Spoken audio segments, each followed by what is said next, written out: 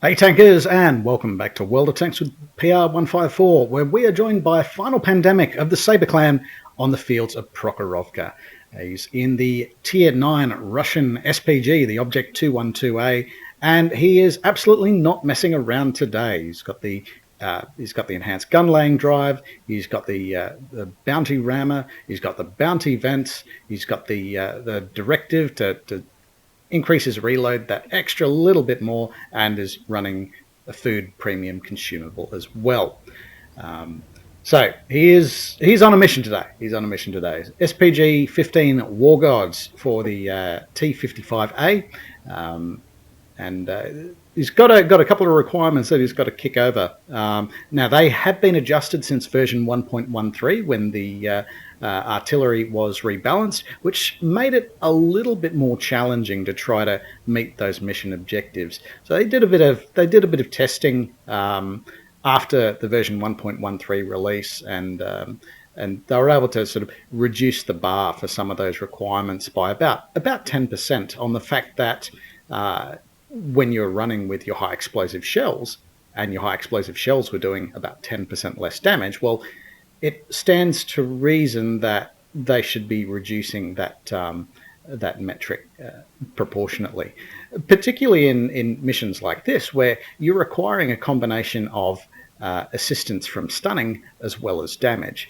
And so when there's only one shell type with which you can cause that assistance, then, and it's doing less damage, well, yeah, it stands to reason that at least the damage side of the ledger needs to be reduced proportionately. One of the other challenging points of this is he also has to be top player on the team by experience earned as well as win. So there are potentially a few factors that are outside of finals control. So he's about to take his first shot for the game. The game has developed quite slowly, and that tends to happen on Prokhorovka, particularly on a game like this where there's only one light tank on either side and 3 self-propelled guns. This is a sort of setup when naturally everyone is going to play a hell of a lot more conservatively, because they know that the amount of hard cover available is quite limited on this map. So being seen is a certain death sentence when there's 3 self-propelled guns on the map. And that can become quite frustrating for a lot of players, where there's just nowhere to run and nowhere to hide. But there's been some really good deployment decisions made under the circumstances by Final Pandemic's team. We've got a limited setup along the one line. We've got some of the hull down tanks sort of working this ridge line to try to keep this area lit, and that's going to enable Final Pandemic to sort of focus that area as well. They're challenging the hill as well, which will enable Final to get some eyes in as well. Getting himself set up to sort of shoot at a particular area is key, particularly with the 212A. And it's because the gun traverse is so narrow. You only get sort of 4 degrees either side, so a net sort of 8-degree arc of fire available to you. So once you have your gun dialing in a particular direction, you're kind of committed. We can see here that it's sort of taken a good 10-15 seconds for him to sort of respond and start to dial in on that enemy E75 as it was spotted. But for all intents and purposes, looks like he was able to hit that one. Now, at this point in time, the friendly team has a significant advantage on the fact that the enemy EBR, was it an EBR 105, was taken out a bit earlier in the game.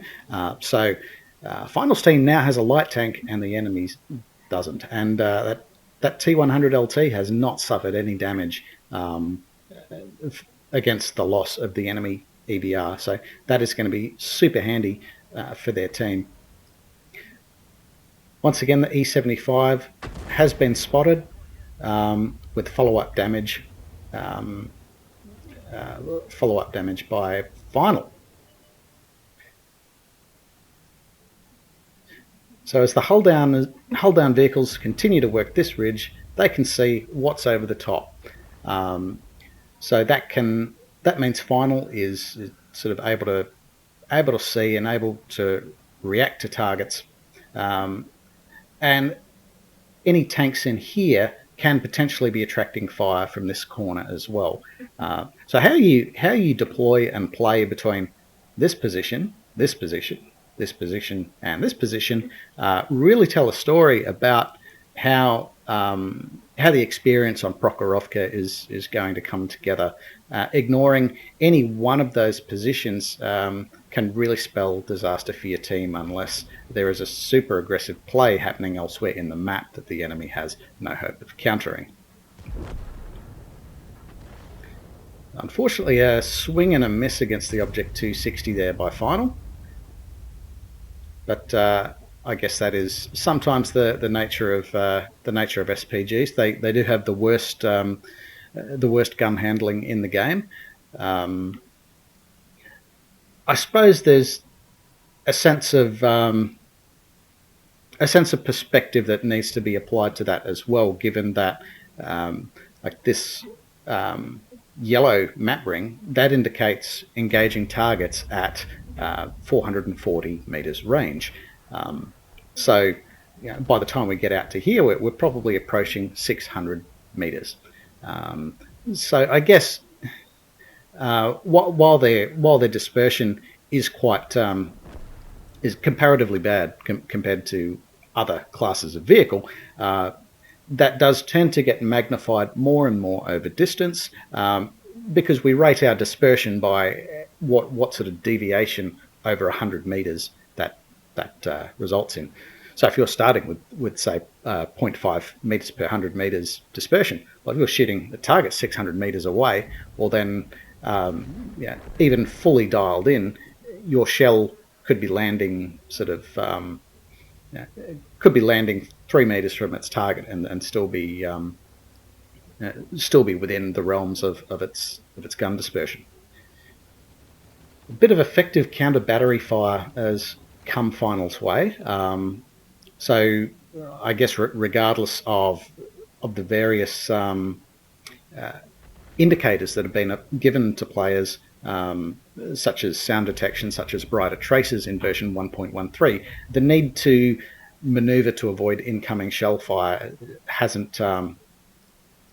It certainly hasn't gone away. In fact, it's that imperative has become quite a bit more serious.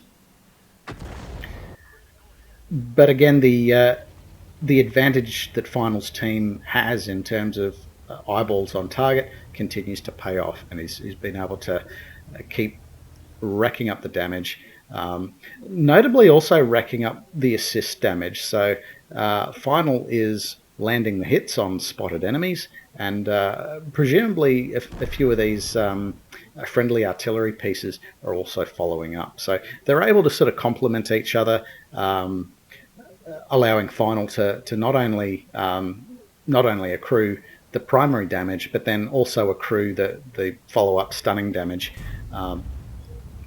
So that's really helpful. Your ability to do that when you have a team where you're the only SPG, that can become a lot more challenging, because you have to pick targets, I guess, that you are very confident of your teammates being able to hit. Now, possibly this is the case in this particular scenario here, where careful shot placement might end up stunning 2 vehicles, and that has certainly been the case, and he's able to collect another, another 1,000 stun damage just from that shell, and the fact that his teammates had line of sight into this cluster. So that was super helpful, and he's been able to meet his assistance damage targets. So all looking up for Final Pandemic of the Saber Clan at this point in time. Reacquiring the Object 260, who's just really up against it with the 60 TP and the UDES 16 working this ridge. We're not quite sure how the enemy team is responding to that, whether they still have assets up in this corner that are able to launch crossfire.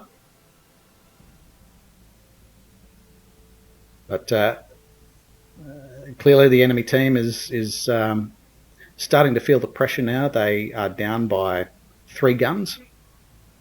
And also an SPG, so that's sort of, I guess, one less shell that's going to be hurtling at their position every sort of 30 seconds. That was a very lucky shot on the Object 260 there. Very expertly led shot. So he's at 1,754 damage. Still needs to pick up another 1,000 points of damage before he can knock over the final honours condition here. It appears the enemy 60 TP has now come off this ridge and is now moving up to the centre line. The enemy Object 260 working this ridge as well, but is coming under quite a violent crossfire between the Leopard PTA that's been able to move up, taking advantage of the soft cover, as well as the SPGs. So not looking positive for the Object 260. And I guess this is the fate of maps like this. Sometimes once one team becomes blind, it's very easy for the opposing team to just it's almost like PUBG. If you play PUBG, your sphere, the sphere just encloses around the enemy, and I guess instead of being made of crazy lethal blue stuff, the sphere in this case is now made of the vision rings of the enemy team, and I guess once you fall within that, you're going to start falling to their guns pretty rapidly. Just absolute pounding delivered on that Object 705. This just leaves 4 enemy vehicles left in the game, 2 of whom are SPGs. You can see the friendly team very much closing in the back corner here. More damage added to Final Pandemic's tally. He's now at 2,065. Still 2,362. He's still running about 340 hit points short of his goal. They're just about to capture the base. Base is captured, so really hoping for some blind fire damage in the course of the game. So let's take a look at those results and see how he did.